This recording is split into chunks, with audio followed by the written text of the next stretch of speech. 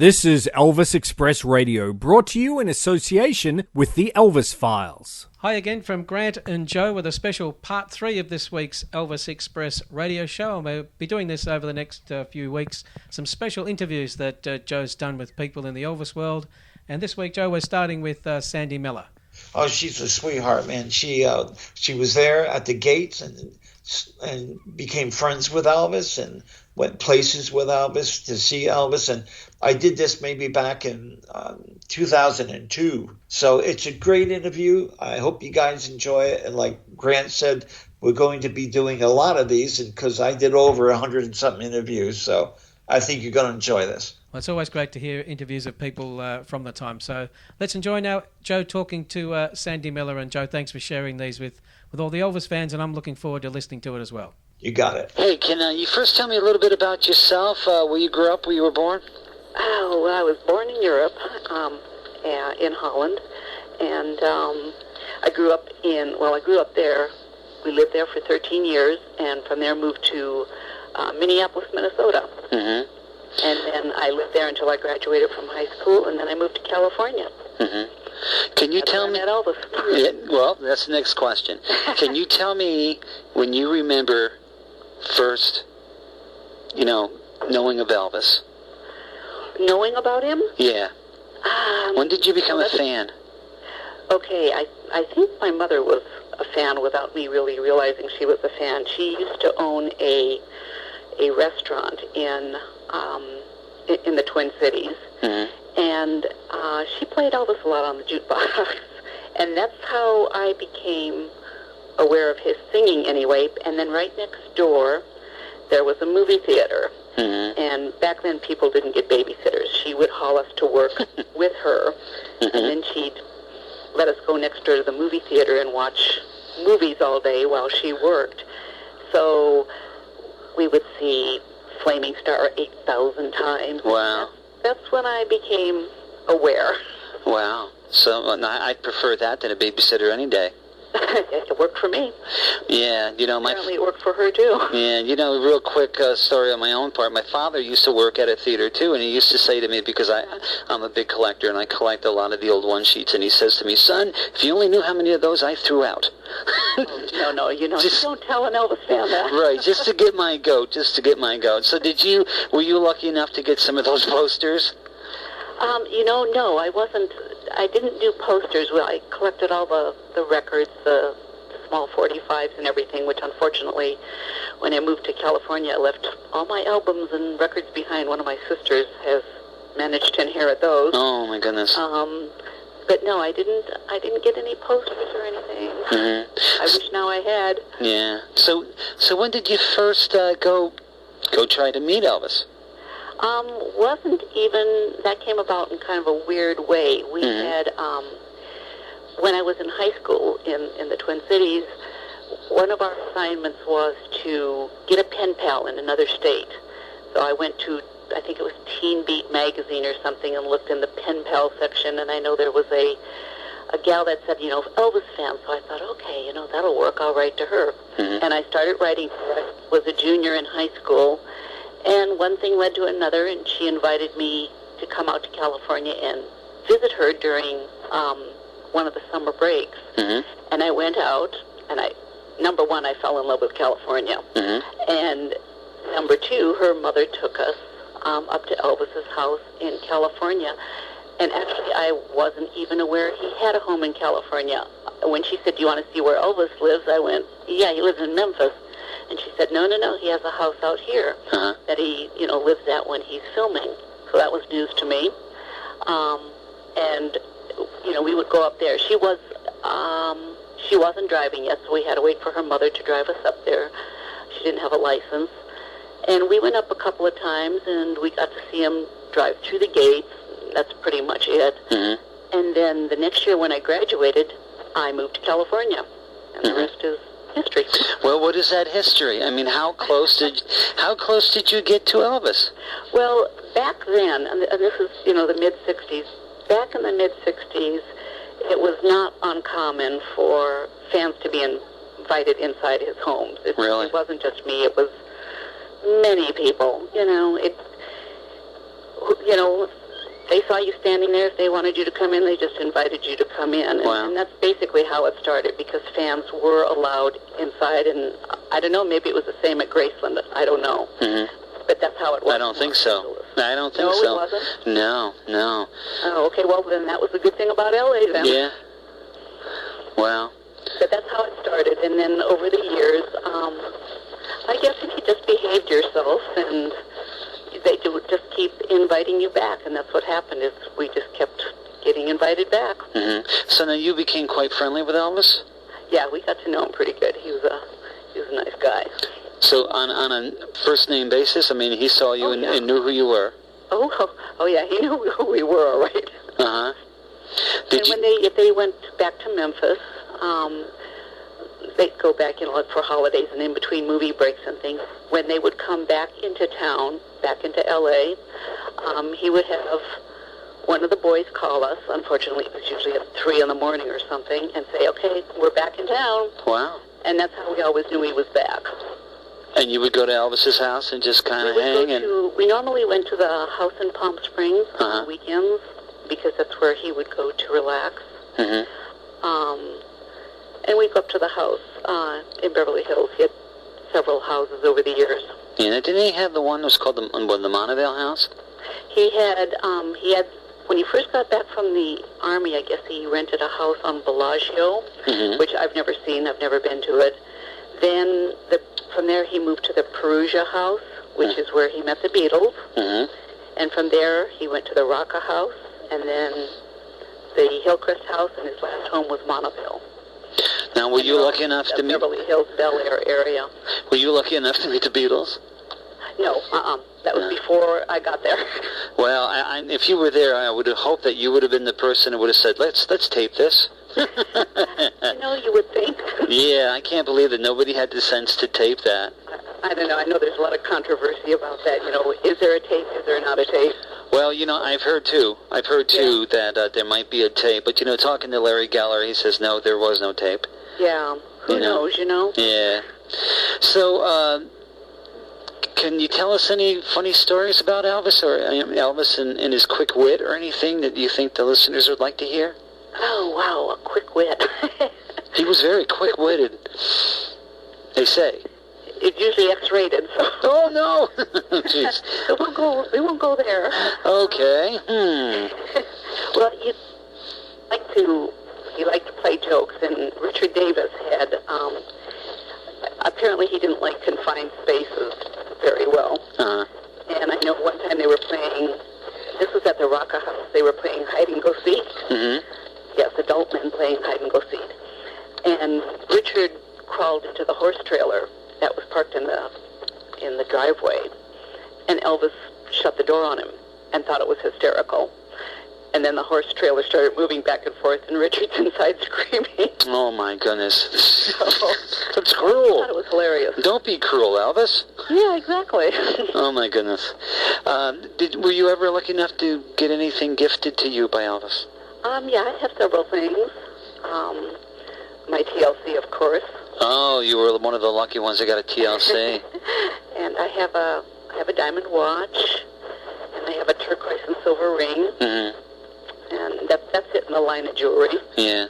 Now, why was that? I mean, did you ever date Elvis? No. Mm-mm. Did everybody get? And would not have wanted to. No. No. Yeah. Did everybody get gifts from Elvis, or? He was pretty good with the gifts. What would happen would be there would be a room full of people, like say at the Hilton or something up in the suite. Mm-hmm. He would have a jeweler come in with a case, and then of course anybody that happened to be in the room, he'd just say, "Pick out what you like." Really? So yeah. So it was a matter of being in the right place at the right time, I guess. My goodness. My goodness. How was all the other guys though? And you must have met all the entourage. Most of them. Not the ones that basically, like I don't know George Klein because he was more in sure. Memphis than he was in Memphis LA, so I don't know him well. Don't know him at all. I've met him, but don't know him. Mm-hmm. But I know the LA guys. I know. Mm-hmm. What I call the LA guys. Yeah. What kind of person was Elvis? I mean, was he a nice guy? I mean, He was very nice. He was eccentric. Was he? Yeah, Why would you say that, though? because he was weird. He was weird. Okay. But he was very sweet, and he had a great intuition, for the most part, about people. Uh-huh. And he kind of seemed to gravitate toward the underdog. Really? As far as the fans were concerned, Uh-huh. if there was a group of fans out at the gate, you had your aggressive ones, and then you had your ones that kind of stood back and really didn't do anything. And he would focus on them. Really? Yeah, and he would say, "You come here, come up here," and he would help them. In other words. Mm-hmm. Did some of the more aggressive ones look at you sometimes like, what the hey? Would he? No, would they? So would the aggressive ones, when Well, there's not much you can do when others are saying, "Make way for the people in the back." I guess so. You don't argue with them. I guess so. Hey, did you ever meet Colonel Parker? I met him a couple times at the Hilton. Mm-hmm. We would help hang up, the posters and things. Oh, was that you? Well, it wasn't just me. It was like a whole gaggle of us. Oh, I have some of those posters, I'm lucky enough to say. Yeah, so he'd hand out those, and we would get to hang those up around the hotel just to help out. Plus, it was fun. Uh-huh. You never kept any? Huh? You never kept any? No, of course not. You know what I did is I sent them to pen pals I was writing to. Oh, my God. I just, just like I would collect his autograph, and then I'd send them to people, and I kept very little, except for the things that were, addressed to me. Those I kept. Uh-huh. You know what some of those The things... Jokester and that, too. Being a collector, Sandy, you know what some of those things are worth now? I know. You know what, though? But the things I kept, they're probably not worth anything because he was a goofball when he signed them. But he'd say, like, "To Sandy from me." Well, Right. What good Who's that me? to me? Yeah, no, I know what you're saying. Yeah. But, Hey, did Elvis ever get to talk to you about, would you sit down and have one-on-ones with Elvis? I had a couple, yeah. What would you Because talk? Everybody had gone to bed, and there wasn't anybody left in the room. And he stayed up late. He stayed up late. Yeah, because he never slept well, they say. I don't know what he did, if he slept well or not, but I know he liked to be up when it was dark outside. And would he ask you to stay, or, would he ask people to stay and hang around? No, not really. Everybody just kind of came and went as they wanted, pretty much. Yeah, so when you got a one-on-one with Elvis Presley, what would you talk about?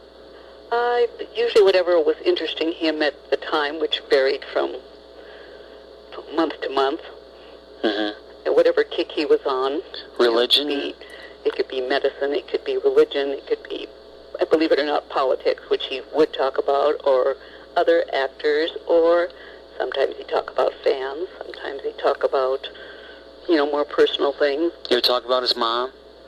You know what? Everybody asks that, but no, not really. He only talked about her one time, and it wasn't really talking about her. It was just something that happened that reminded him of his mother, and he just was like a casual mention of it. Mm-hmm. Did you ever meet Vernon? Did he ever talk about his twin? No, I wouldn't. No. Did you meet Vernon? Oh, yes. How was Vernon? I liked Vernon. Did you? Why? Because he was just... An old Southern gentleman is what I'm told.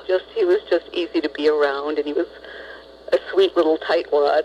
Yeah, that's exactly what they usually say about him. He was really? a Southern gentleman, so tight. Yeah. Oh, yes. He wouldn't like to pay the bills and stuff because he was always hoarding the money. Well, he took us, Elvis had asked us one time, "Have you seen Memphis?" And we said no. This was one of our very few trips to Memphis when Elvis was alive. Mm-hmm. And we said, no, have never seen Memphis, other than your gates, and the Memphian Theater. Mm-hmm. And he says, I'll have Daddy take you and show you around. So Daddy took us and showed us around, and we felt bad. He drove this big car, and I don't know what we were thinking. I guess we decided we should give him some money for gas. That was the polite thing to do, and he took it. Vernon Presley took money for gas. Oh, my God. Elvis would have had a fit. We told him, and he goes, I don't know why he took it. He goes, I'll pay for the gas anyway. Oh, my goodness. Hey, did you get to see... He came out ahead on that deal. Well, geez. Did you get to see Graceland? Yes, we did. Wow. I was in Graceland. It was right after Christmas time, so all the trees were still up, and presents were still under the trees. Wow. We couldn't figure that out because Christmas was over with. Come to find out, these were gifts from the fans. Oh. And he opened them as he had time. So I thought that was interesting. Yeah, they say Elvis kept everything, too. That's why there is so much now. Yeah, well, I don't know that he kept everything because we did ask him, you know, what kind of gifts he got. Hoping he'd give us some ideas, which he didn't. Yeah. And he got a lot of homemade gifts.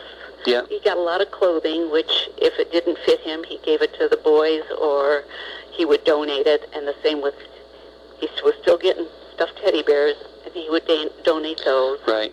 To St. Jude's and that, yeah. But he said he kept a lot of things, but, you know, some things he gave away to people that needed it. What'd you think of Graceland? Oh, it seemed so huge to me at the time. Did it? Oh. Was there a favorite room? I mean, back then. Well, we spent most of that evening in the I guess, music room. Uh-huh. So that's the room I remember the most. He gave us a tour of the downstairs, but that's where everybody ended up, is in the music room. Now, everybody listening is going to think, I wonder if she got upstairs. So, did you? No, I didn't. You did not. He did not include that in the tour. No. Hey, you did some books not too long ago. Would you like to, what's the name of the books? Actually, Bud Glass did. But you had a lot of... So far, called Behind the Image. Uh-huh. And he's working on the third volume, and they include a lot of pictures I took and a lot of pictures that Russ Howe collected, and other fans also, I might add. Yeah. And then excerpts from my journals. I kept journals. Yeah, and they're incredible books from Prairie Tone Publishing. Yes, and he does an excellent job. I'm very proud of him. Which I have one coming out real soon. Uh-huh. So you had to plug the book. I had to do that. Yeah, so what are you doing now? I live in Las Vegas. Uh-huh. And I work. Lost wages. Lost wages. Lost wages. And you're still an Elvis fan. You're still an Elvis fan. Always will be. Yeah, you going to Memphis for the 30th? I am leaving on Sunday. A lot of people are going to be there. 75,000 people. It's going to be so crowded. Yeah, but you're going to have a good time. Where are you going to be? Well, we were staying at the Clarion. And then one of the people in our party changed our hotels over to, what was the name of it? Scottish Inn? Yeah. Scottish Inn, so I guess that's where we will be. So you're going to be there signing books and greeting fans and stuff? Actually, no, not at the hotel. I don't know what we're doing. Yeah. We'll be at the Expo, and we'll be at the Insiders Conference. Uh-huh. And we'll probably hang out a lot at the Peabody. I love that hotel. Yeah. Yeah. And we'll probably still go over to the Clarion because we have so many friends staying there. Yeah. Hey, there was a story I forgot. There was a question I forgot to ask you, and I'm sorry. How did you hear that Elvis had passed away? On the radio. On the way home from the movies. With my children. So, yeah. And then I thought it was a joke, like I'm sure so many people did. Uh-huh. And broke speed records driving home and ran, picked up the phone and called Graceland, and the line was busy, which is not unusual. And I called, I think I had 3 numbers at the time. I called all 3 numbers. Uh-huh. All 3 lines were busy. There was no call waiting back then. And I just kept trying and trying and trying. And finally it rang, and one of the maids picked up. And I said, "Hi, this is Sandy from California. Is Charlie there?" And she goes, "Yes, one moment, please." And she sounded totally normal. Really? And you thought, oh, God, it's not true. I thought, oh, good, you know, there's nothing wrong. That was just some crazy rumor. But then the minute Charlie got on the phone, I knew. Oh, goodness. So, yeah. Did you go to the funeral? I did not. I went a week later. Yeah. Hey, did Elvis ever bring you to Vegas when he was there? Did you ever see Elvis perform? Yeah, we would go a couple of days before he opened up. Every engagement. Every engagement? Every engagement. Oh, my goodness. I hate you. Twice a year. I hate you. My goodness. Yes. How did they say that Elvis sucked the air out of the room when he came out to do his show, that he was just so charismatic? Is that true? You know what? I mean, we by this time, quote, knew him, okay? And we had been to the 68 special, so we've saw him perform there, and we knew we'd more than likely get to see him after the show upstairs in the suite. Uh-huh. So you'd think we'd just kind of go, good show, good show. But they would seat us at our table, and we would hold hands under the table and practically draw blood, holding onto each other so tight, waiting for that curtain to go up. And you would have sworn we'd never seen him before in our life. It was like, okay, this is a performer coming out, and that was different than seeing Elvis, Yeah, sitting and talking to Elvis, yeah. Yeah, I mean, they were two different things, seeing Elvis the performer and then seeing Elvis. And we were never able to separate those two for some reason. Did people realize that you were one of the lucky ones that always went upstairs? Oh, there were a lot of girls that went upstairs. Yeah. In fact, my friend Carol, who's going to Memphis with us, as a matter of fact, she was upstairs. She was at the Palm Springs homes and L.A. homes, and like I said, it was a different time then, and it wasn't that unusual. Yeah. It became harder as the years went by. But well, you're lucky that you knew him early on, so he trusted and knew you then. It goes back to that, the right place and the right time, I guess. Yeah. Sandy. Things got complicated. Yeah. Well, Sandy, thank you very much for doing this for me and for Elvis Express Radio. And have a good time in Memphis. Oh, I will. Okay. Can't wait to see everybody. Okay. Take care now. Okay, you too. Bye-bye. Bye-bye. Like to know more about the show? Head to www.elvisexpressradio.net for show information and how to send in a request. We can't wait to hear from you. We're caught in a trap. I can't walk out because I love you too much, baby. Why can't you see what you're doing to me? When you don't believe a word I'm saying.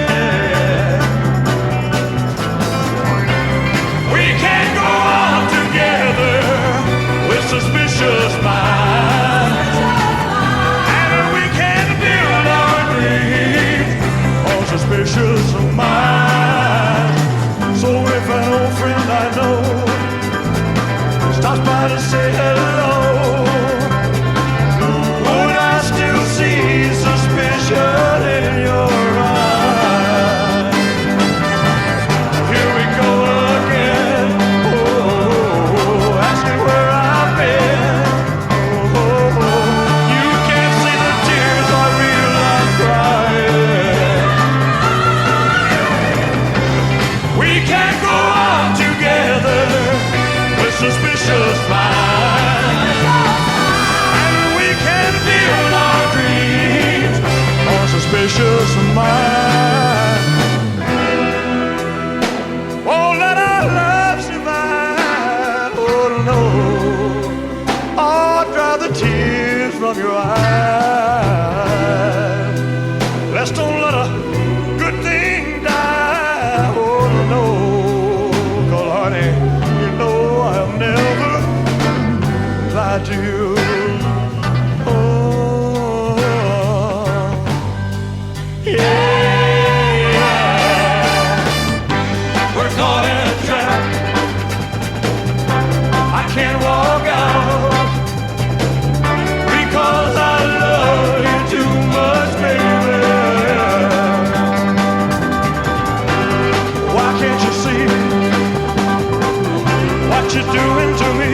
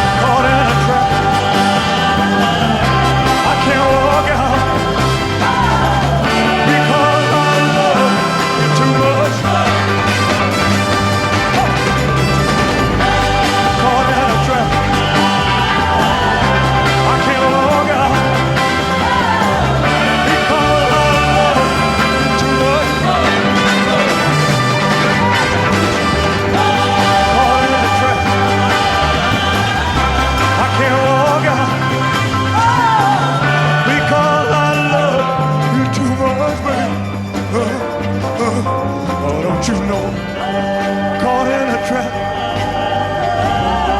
I can't walk out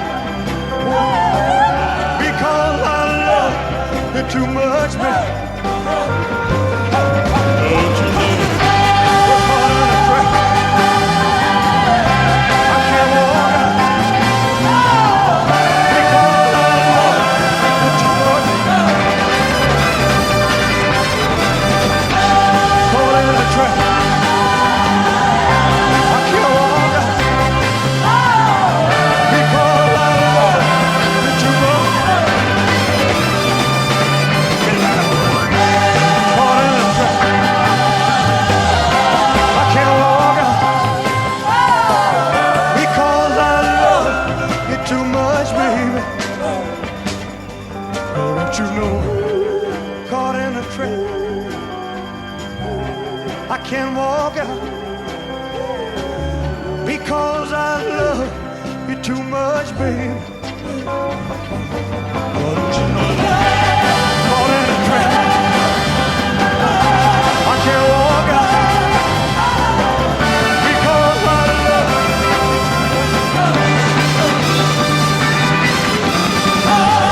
caught in a trap. I can't walk out because I love you too much. Caught in a trap. I can't walk out because I love you too much, man. Caught in a trap. I can't walk out because I love you too much. Caught in a trap. I can't walk out because I love you too much. Caught in a trap. I can't walk out because I love you too much, baby.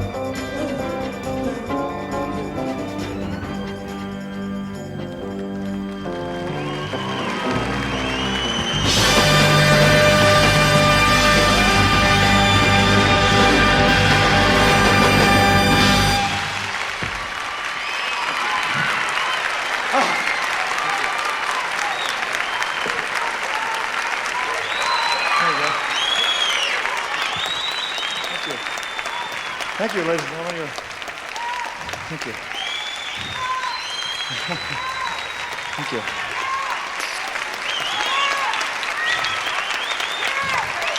Beautiful audience. Thank you.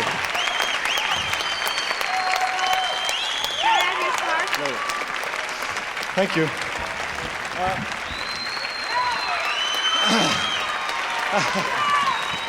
Thank you very much.